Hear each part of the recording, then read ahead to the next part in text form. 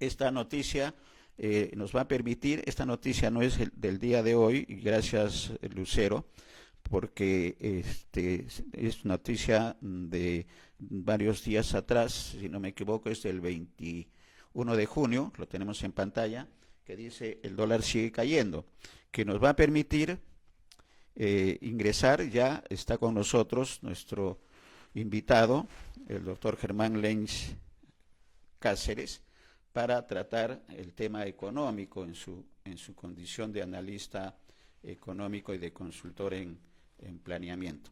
Es el titular que nos permite, ya está con nosotros. Germán, bienvenido a Abriendo Puertas de BIS Televisión Digital. Buenos días, muchas gracias por la invitación. 3 semanas después, Germán, que estamos volviendo a conversar, tuvimos la oportunidad el 27 de junio de hablar también ampliamente sobre la situación de la economía, y el tema que nos convocó en ese momento era el tema del dólar. Pero en estas 3 semanas ha cambiado el panorama. Ahora no sé si para bien o para mal, pero eso lo tiene que decir usted, estimado Germán, porque hay alguna información que queremos comentar antes del análisis y de la opinión.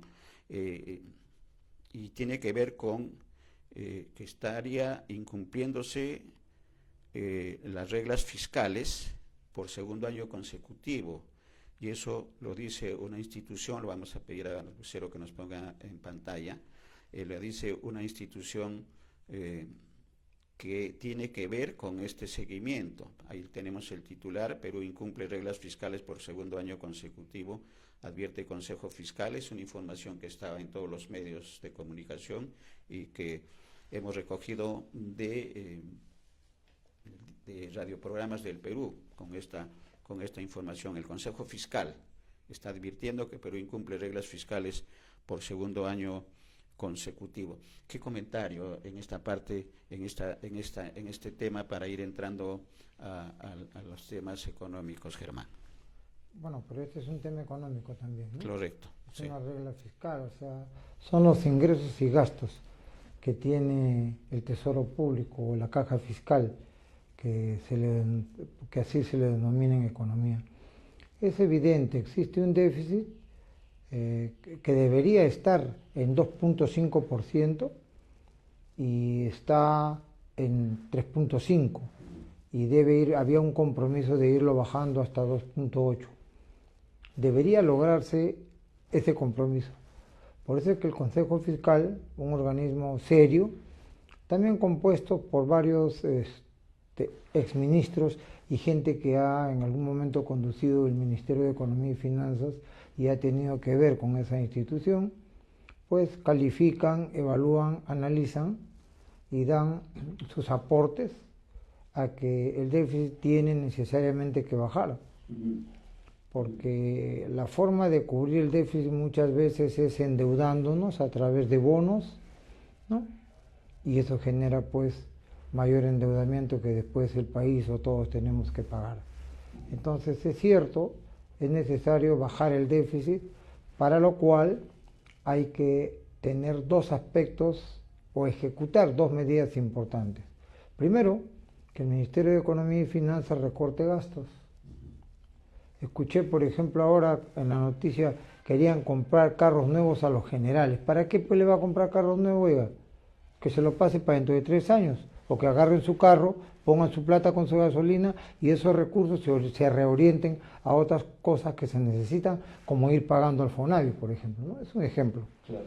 Entonces, hay que recortar las cosas, hay que reasignar gastos improductivos, hay que ajustar gastos para disminuir el déficit y buscar ingresos. Bueno, ahí también hay una noticia que es seria, ¿no? Porque hay mucha informalidad, y esa informalidad tiene que ver con una noticia justamente que 8 de cada 10 pymes son informales, ¿no? Entonces la SUNAT tiene que acá hacer un trabajo importante. No solamente trata de ir a cobrar o a los pocos que tienen empleo quitarles el impuesto, sino hay que salir a hacer docencia.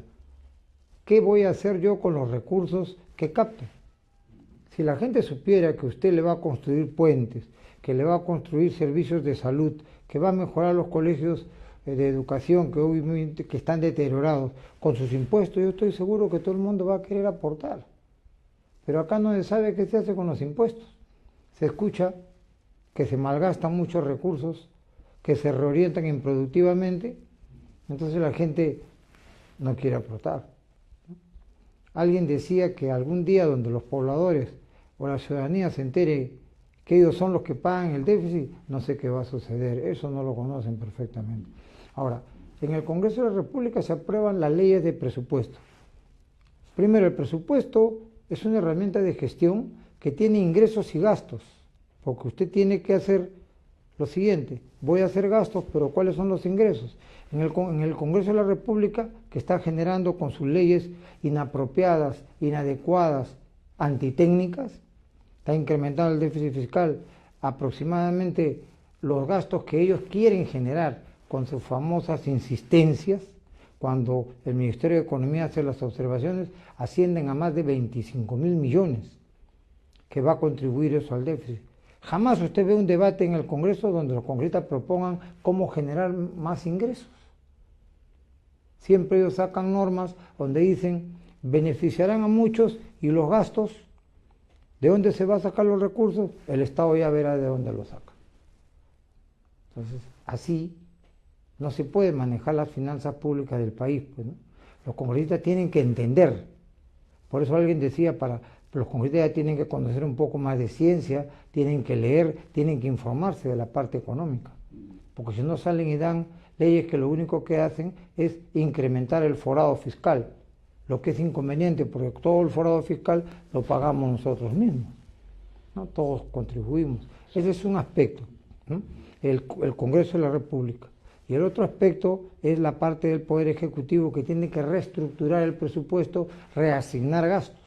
Los ministros no solamente deben salir a hacer ofertas o a hablar, sino deben conocer también un poco más cómo se maneja el presupuesto al interno del Ministerio de Economía, porque es un grupo de gente que mayormente es la misma, que lo que buscan es asignar de acuerdo a lo que uno le pide, pero no, lo que queremos saber es por qué me pides, para qué, cuándo, cómo, dónde y sobre todo cuáles son los resultados que se ve de la asignación de los recursos, tanto en gasto corriente como en gasto de inversión.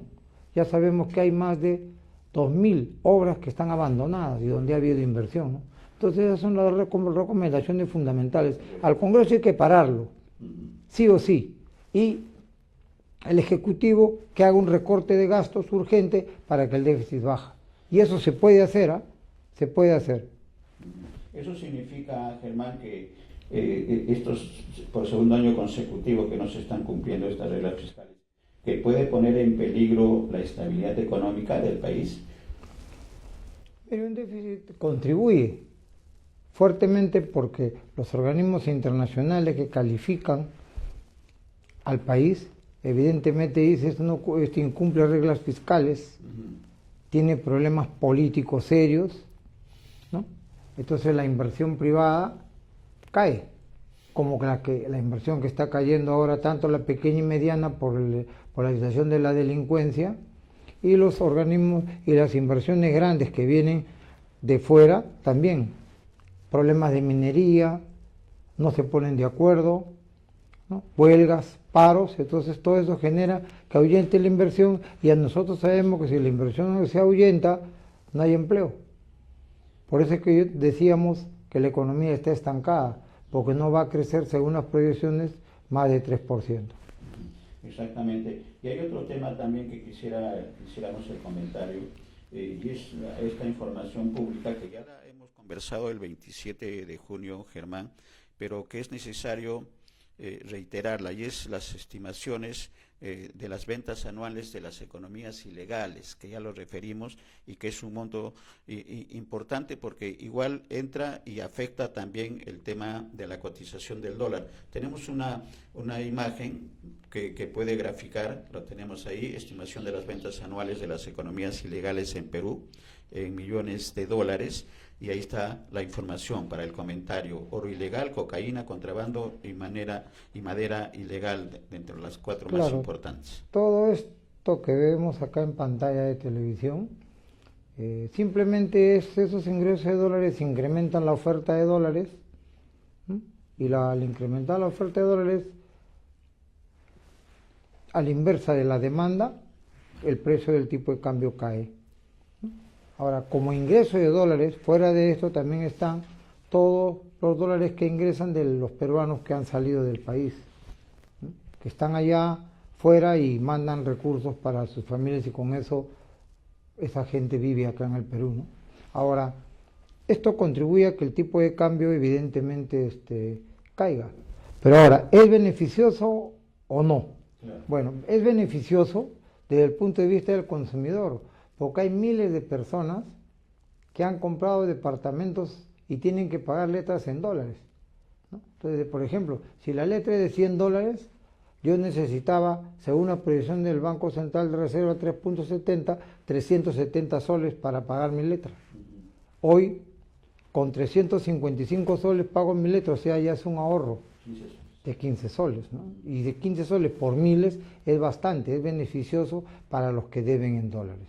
Ahora, las exportaciones están muy bien, estamos muy bien, aunque en estos días aparentemente ha caído el precio del cobre y otros de los minerales que nosotros exportamos, pero en volumen somos importantes exportadores y la minería contribuye fuertemente a la economía nacional. Acá tengo el dato que la minería contribuye con el 14.36% al Producto Bruto Interno, ¿no? Y la agricultura 7.6%, que es clave, sector agrario, pero porque estamos también acá haciendo exportaciones no tradicionales, ya lo decía, como palta, espárrago, bastantes cítricos, primeros productores del mundo de arándanos, ahora hasta el orégano, y hay otros cultivos que estamos conquistando mercados y estamos entrando, ¿no? Se habría que darle acá sí preferencia a la zona rural de Sierra y Selva o la zona rural de Lima, las partes de las alturas, pero bueno, ese es otro tema.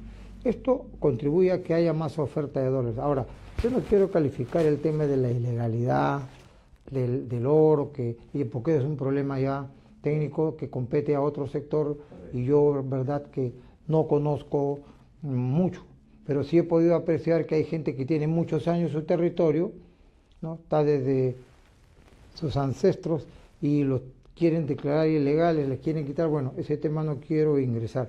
La cosa es que hay 4.619 millones de dólares que ingresa a la economía y para la economía la oferta se incrementa.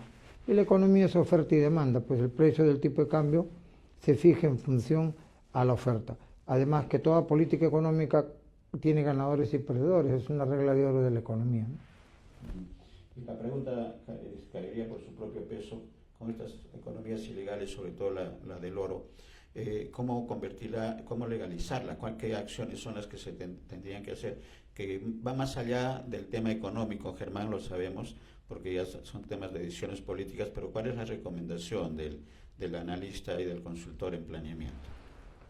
Bueno, yo pienso que acá deben participar pues también en estos temas de conversación, aparte de las autoridades, Fiscalía, Poder Judicial, el Ministerio de Energía y Minas, los propios agentes económicos que explotan, para decirle por qué. Porque yo lo ha dicho el Fondo Monetario y lo ha dicho el Banco Mundial en estudios, ¿no? Las grandes empresas siempre, ¿no?, se quieren ir apoderando de los mercados. Yo no sé si sucede esto acá, pero hay grandes empresas que se quieren apoderar del mercado. Y esto me hace acordar algo, ¿no? Hay empresas, todos hablamos de la minería, que hay que darle facilidades, lo cual está muy bien, a la inversión minera, bienvenida. Pero hay mineras grandes que tienen grandes utilidades y le deben a la SUNAT.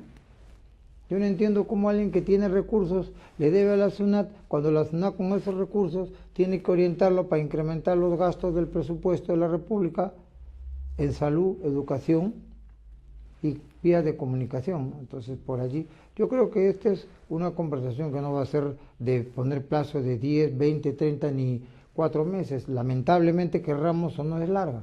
Sí. Hay que entenderse, ¿no? Y todo es en Lima, no, que salgan a hacerla a nivel descentralizado, porque Lima no es todo, pues. Totalmente. Vamos entonces a ingresar, si nos permites, Germán, con un video para ver cuál es la situación, la proyección. El 27 de junio, amigos televidentes, nuestro invitado, el doctor Lench, hizo un comentario sobre la proyección en ese momento del BCR con respecto al dólar. Y cuál es la situación actual. Pero veamos el video que producción nos ha preparado. Actualmente no se está cumpliendo las proyecciones porque ellos estaban proyectando un tipo de cambio de 3.75, 3.70, ¿no? Y como vemos el tipo de cambio está más bajo en estos momentos. Y bueno, las proyecciones pues algunas veces son acertadas, otras veces no tanto, ¿no? Es porque la proyección no solamente hay que hacerla desde el punto de vista teórico, pues, sino hay que verla desde el punto de vista de la realidad de lo que sucede en el país, ¿no?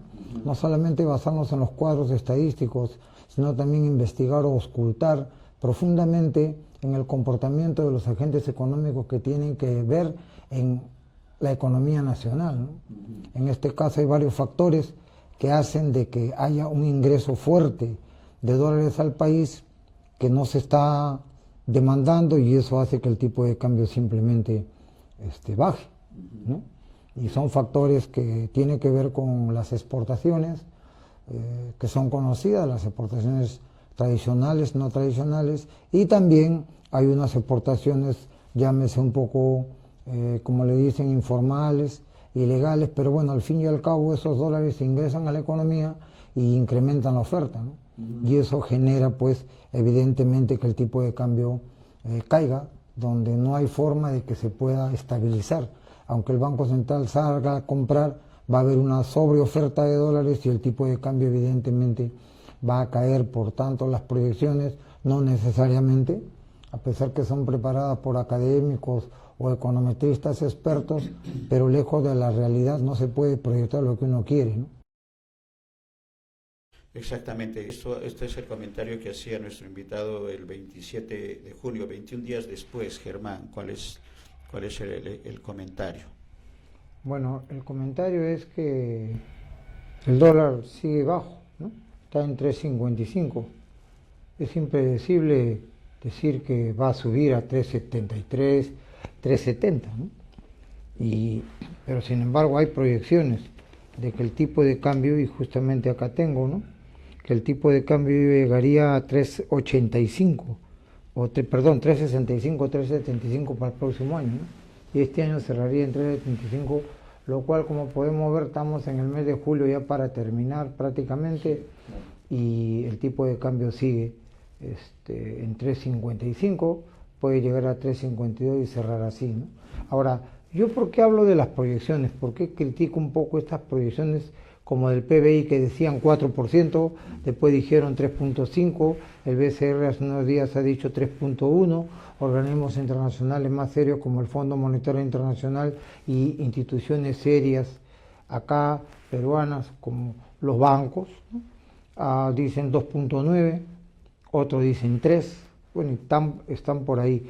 Porque cuando uno da anuncios de comportamientos de variables macroeconómicas, genera expectativas. Y la expectativa llama a invertir. Uno dice, si vamos a crecer así, este monto puedo invertir acá. De repente resulta que la proyección no fue como dijeron y uno se lleva como inversionista un fiasco, ¿no? Es cierto, el tipo de cambio es impredecible que vuelva a subir a 3.70 este año, ¿no? Debe cerrar en 3.56, 3.55, son aproximaciones, ¿no?, por el mismo comportamiento que en estos momentos tiene la economía, ¿no? La actividad ilegal, que así la califican, hemos visto en el cuadro que has presentado, eso no se va a solucionar en 2-3 meses, ¿no? La tala ilegal tiene ¿cuántos años? Lo que sí me preocupa, que se habla tanto de la minería ilegal y eso está bien, pero no se habla del movimiento de la cocaína, de la gente que se dedica a esa actividad. ¿Quiénes son? ¿Cuántos son? Tan difícil es saber quiénes son, que mueven miles de millones de dólares, o no se quiere decir. Entonces, por ahí también aquellos que estamos revisando economía, vemos, ¿no? Porque el narcotráfico mueve dólares impresionantes aquí en el país, pero de ellos no se dice nada. No veo que se hable mucho de ellos, salvo algunos estudiosos como el señor Antesana, que siempre lo escucho, que habla la verdad, porque él está en las zonas donde se produce y hace investigaciones ahí.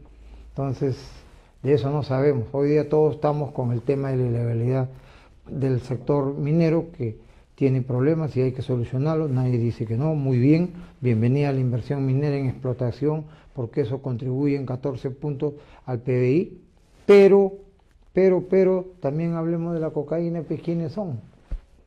No creo que sea difícil identificarlo, ¿no? Salvo que haya algo por oscuro que no se quiere decir.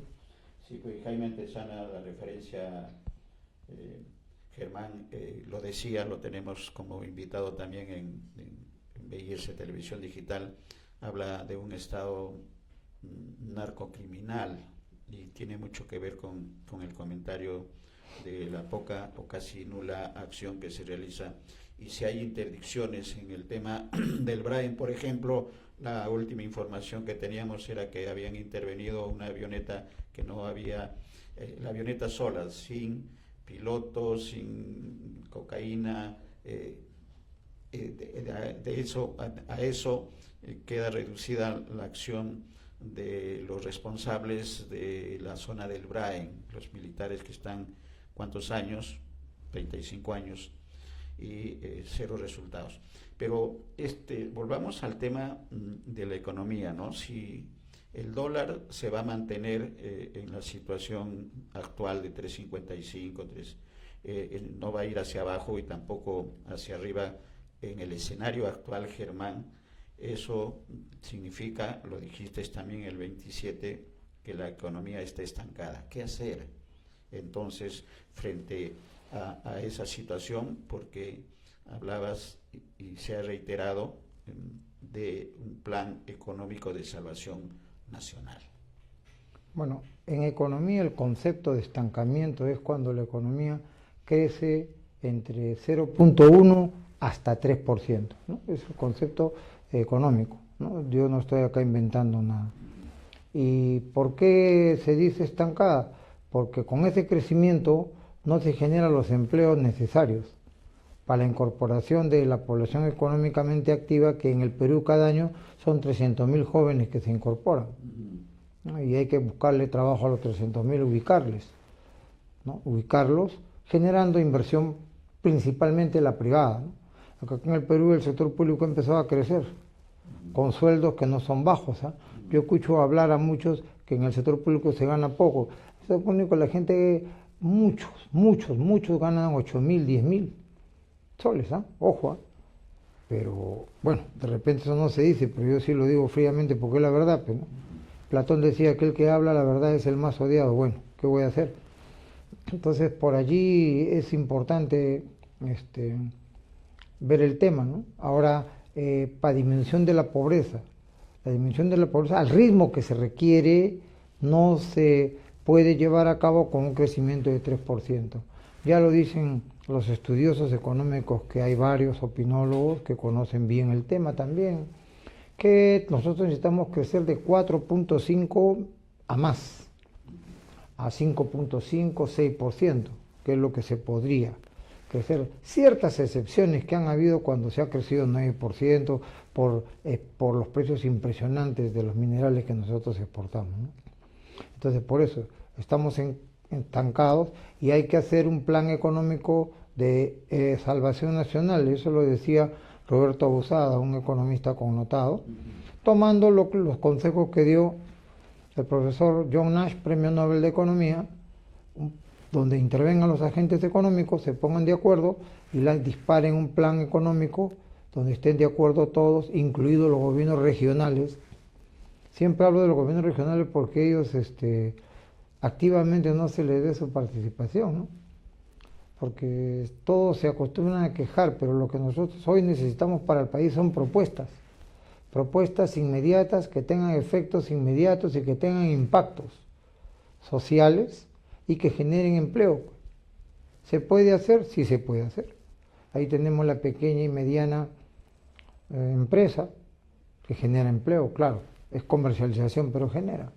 El sector agrario que está creciendo bien, tiene buenas proyecciones por el factor clima, donde a la agricultura familiar se le podría dar bastante orientación de políticas que podrían generar un impacto y que crezcan, como por ejemplo en el departamento de San Martín, los arroceros, ¿no?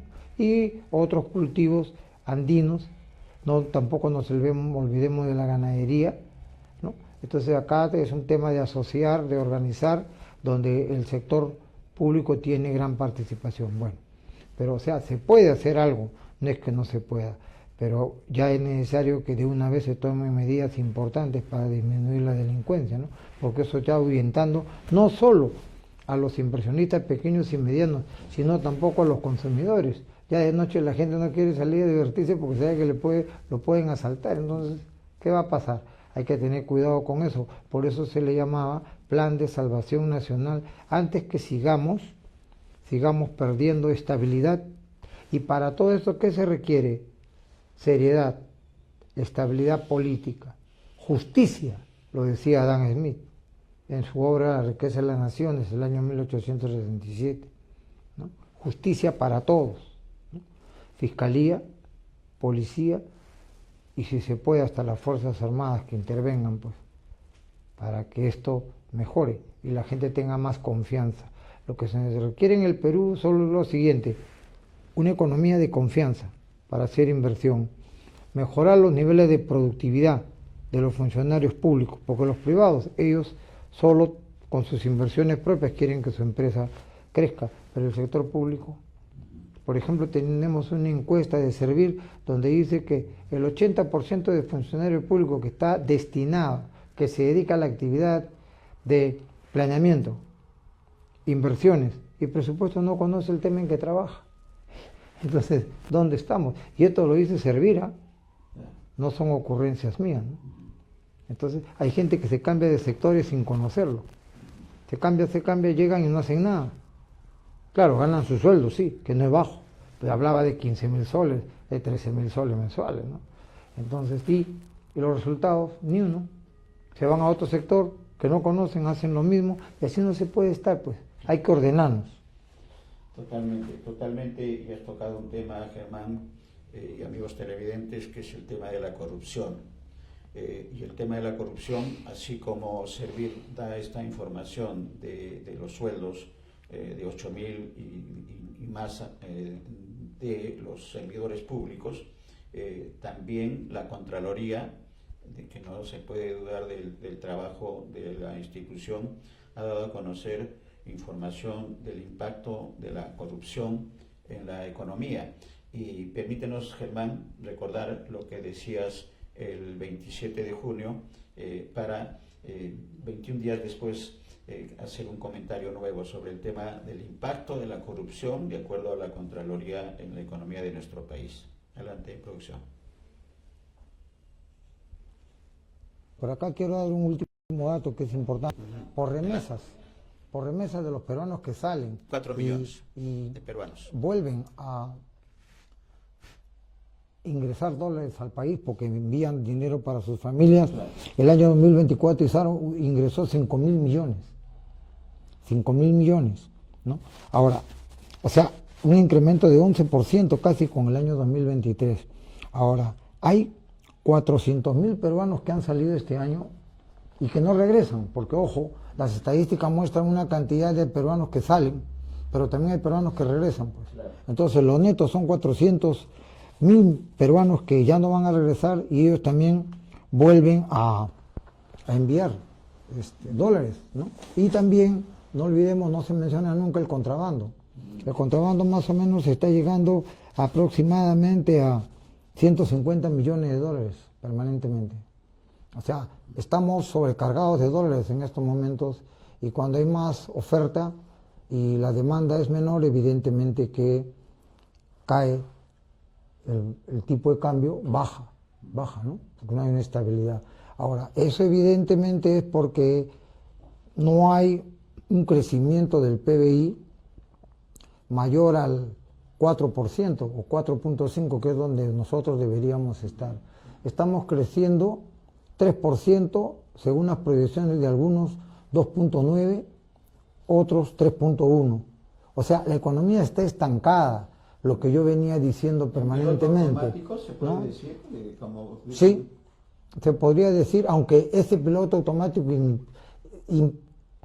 increíblemente también viene siendo afectado por los avatares políticos del Congreso de la República que sacan normas que generan gasto, sin hacer un análisis costo-beneficio. Si tú revisas todos los proyectos de ley que el Congreso publica, ni uno tiene un análisis costo-beneficio, de donde se podría decir, simplemente ellos dicen, beneficios muchos, costos, bueno, el Estado ve de dónde saca, ¿no?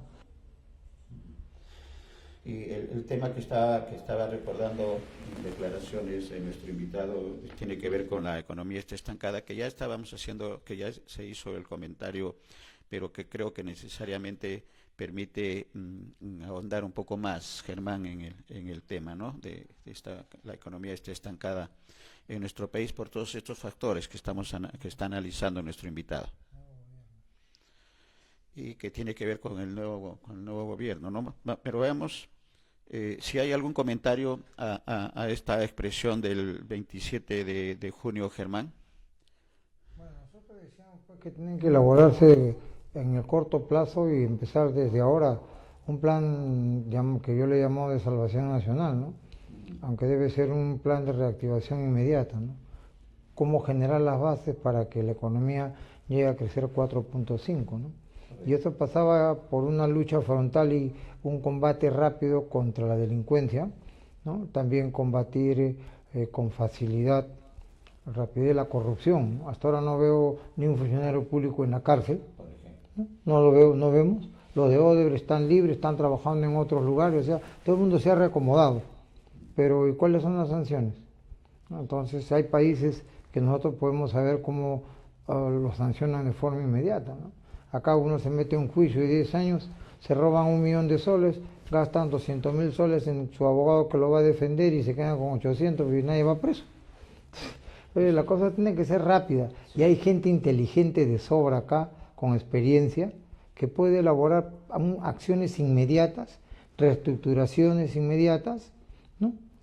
Para buscar generar bases, como vuelvo a repetir, de confianza, que atraigan inversión y que uno salga a realizar su actividad económica y la economía se empiece a agilizar nuevamente para buscar generar empleo y mejorar con la generación de empleo la calidad de vida de las familias. Claro, esta solución en este escenario y en este momento es imposible. Pero veamos, para entrar al tema de la corrupción, lo que señaló a usted, estimado invitado, el 27 de junio con respecto a este informe de Contraloría y del impacto de la corrupción en la economía. Según la Contraloría General de la República, en sus publicaciones que hacen, no son cifras mías, llegan a 24.000 millones de soles, ¿no?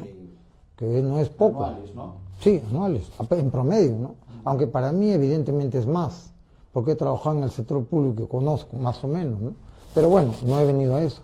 Pero sí, la cifra de la Contraloría, que es una cifra oficial, es 24.000 millones. Imagínate 24.000 millones orientados a promover la sierra, carreteras pequeñas y medianas en sierra y selva.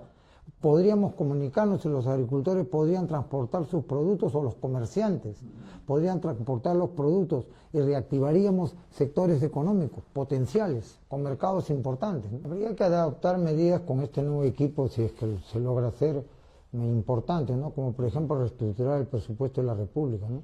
Reasignar gastos. Porque se habla, los ministros hablan del presupuesto, pero como no conocen ellos de dentro, entonces no saben cómo reestructurar el presupuesto. Hay gastos que cortar inmediatamente, dejarlos en cero y reasignarlos, ¿no? Al reasignar gastos usted promueve inversión, terminar las obras que están paralizadas, que son más de 1.200 obras que están paralizadas, ¿no? A nivel nacional, ¿no? Hay que terminarlas. Eso también son recursos que están ahí abandonados, ¿no? Muy bien. Declaraciones, comentarios del 27 de junio. Hoy 18 de julio, ¿Qué comentario, Germán? Bueno, a la fecha no veo que se hayan adoptado ninguna medida anticorrupción, ¿no? Hay normas, ¿eh? Inclusive que señalan prisión dadas por este gobierno, aquel que designa, aquel que contrata o aquel que encarga en un cargo público a alguien que tiene problemas que incumplan la ley, van a la cárcel. Eso hay cantidad de gente en el sector público, pero nadie le hace caso, creo, o no sé quién controla eso. Acá hay que darle mayor presupuesto pues a la Contraloría General de la República, ¿no? Y darle facilidades para que las sanciones que ellos impongan también sean más efectivas. Conversar con el Poder Judicial, hay que reunirse, pues las altas autoridades reunirse y acordar un juicio de 3 meses ya preso. O sea, tienen que adoptarse medidas ejemplarizadoras. Si no hacemos eso vamos a estar igual. Y vamos a seguir hablando de la corrupción, vamos a seguir hablando de mayores montos, del impacto de los recursos, pero todo sigue igual. Mientras la gente de las zonas rurales, la gente que está en extrema pobreza, espera que el Estado llegue. Por un ejemplo acá nomás, ¿no? En el salud, en la zona de emergencia, 2 médicos y los pacientes están tirados ahí en camillas y tirados en sillas ahí gritando. Y eso se puede evitar, pues. Ya no me digan que no. Ya sé que el salud no vive del presupuesto de la República, yo lo sé, pero hay que poner orden. Y cuando se pone orden sí o no, y se acabó el asunto. Exactamente, y eso nos lleva a la pregunta, Germán, nos lleva a la pregunta y a la reflexión de la responsabilidad que van a tener los candidatos en este momento y que van a ser elegidos en abril, el 12 de abril del próximo año. ¿Cuáles son las recomendaciones del consultor en temas económicos y de planeamiento, Germán? Convoquen gente seria, que tenga preparación teórica, que tenga experiencia y que tenga capacidad de hacer gestión. Son 3 requisitos importantes.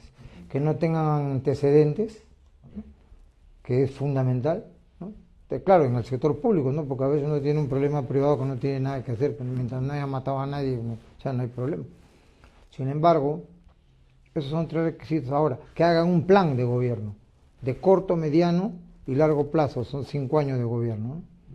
Con acciones, con metas que sean cuantificables y con la estrategia de cómo van a hacerla, porque para todo se necesita recursos, ¿no? Y usted sabe que el otro año la proyección del Producto Bruto Interno está en 2.6, o sea, no vamos a llegar ni a 3%, y es una situación muy seria, ¿no? Muy seria la que se va a encontrar. Entonces vamos a tener que reactivar realmente la economía, ya hacerla crecer a 4% aproximadamente, y bueno, queremos ver qué medidas se van a adoptar, pues, que se explique y el compromiso de que se ejecute lo que se habla, porque nosotros no podemos votar por candidatos que hablen y a la hora que están sentados no hacen nada, todo igual. Entonces queremos seriedad, y para eso, repito, por sectores productivos, técnicos que conozcan a fondo los sectores y que hagan propuestas para reactivar y crecer esos sectores, y que el resultado de esas políticas sea pues mejorar el bienestar y la calidad de vida de las poblaciones, sobre todo en especial de las zonas rurales, altoandinas y de las zonas de selva, para evitar pues la migración, porque si siguen migrando acá, la oferta laboral crece acá, aparte de los extranjeros que llegan acá, y los sueldos van bajando y van bajando. Y la calidad de las atenciones o la calidad de lo que ellos ofrecen es baja. Entonces así nosotros no vamos a poder crecer con la velocidad que nosotros pensamos que se puede. Correcto, y eso obliga también a hacer una reflexión, Germán, de un trabajo de los nuevos gobernantes de 5 años, pero trabajar quizás un horizonte a más años, y eso pasa ya por un acuerdo nacional en la que no solamente economía tendría que estar, sino también las otras áreas importantes de lo que significa el compromiso del Estado para con sus ciudadanos, que no se está dando en este momento. ¿Es posible trabajar un acuerdo tipo de la Moncloa en España que permitió superar la grave crisis que dejó la guerra civil española y que dejó todo el problema que se creó en esos tiempos en España? ¿Es posible un acuerdo tipo Moncloa en nuestro país, Germán, a 20 años, a 30 años? Mira, ponerse de acuerdo con fines que todos queremos, crecimiento de la economía, mejorar la calidad de vida de nuestra población, pero evidentemente que los empresarios lo quieren, los consumidores también lo queremos, ¿no?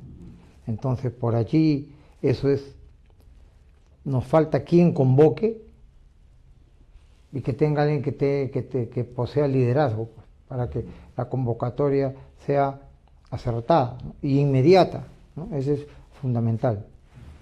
Liderazgo y un equipo técnico que conozca cada uno de los sectores, que creo que es lo que se impone. Y ahí finalmente el comentario también, Germán, del papel que tiene la academia, las universidades, sobre todo las universidades nacionales, que creo que es importante también para estas soluciones que estamos vislumbrando en la entrevista, Germán.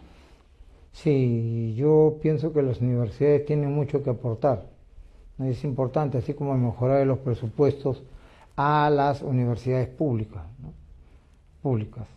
De repente, hasta que algunos que tienen muchas exoneraciones, muchos años, también paguen impuestos. Claro, no voy a hablar de eso porque van a empezar a criticarme, porque acá se le llama a cualquiera que da ideas que no son con las que todos están mucho de acuerdo, y ya dicen que uno es de izquierda o que uno es caviar y esas cosas, ¿no? Yo siempre digo, ¿no? Cuando se dan medidas para salvar a las grandes empresas, se le llama rescate. Pero cuando se dan medidas para mejorar la condición del pueblo, se llama populismo. Y eso no puede ser. Por eso que siempre decía, hay dos tipos de economistas, decía José Luis Sampietri. Aquellos economistas que estudian para hacer más ricos a los ricos, y aquellos economistas que nos preparamos y estudiamos para sacar de la pobreza a los pobres. Excelente conclusión, excelente final y comentario, porque también podemos llevarlo al tema del derecho, que también se aplica muy bien a esta parte final. Gracias, Germán, gracias por esta oportunidad. Vamos a seguir con el tema del rescate, que es un escándalo, ¿no? Es un escándalo, pero será motivo de otro programa. Gracias, Germán, por esta oportunidad, en nombre de todos nuestros televidentes, por haber conversado largamente sobre una problemática que compromete a todos, desde el gobernante, la gobernante, hasta el último ciudadano de a pie de nuestro país, que son el sector olvidado por este Estado en este momento. Gracias, Germán. Muchas gracias.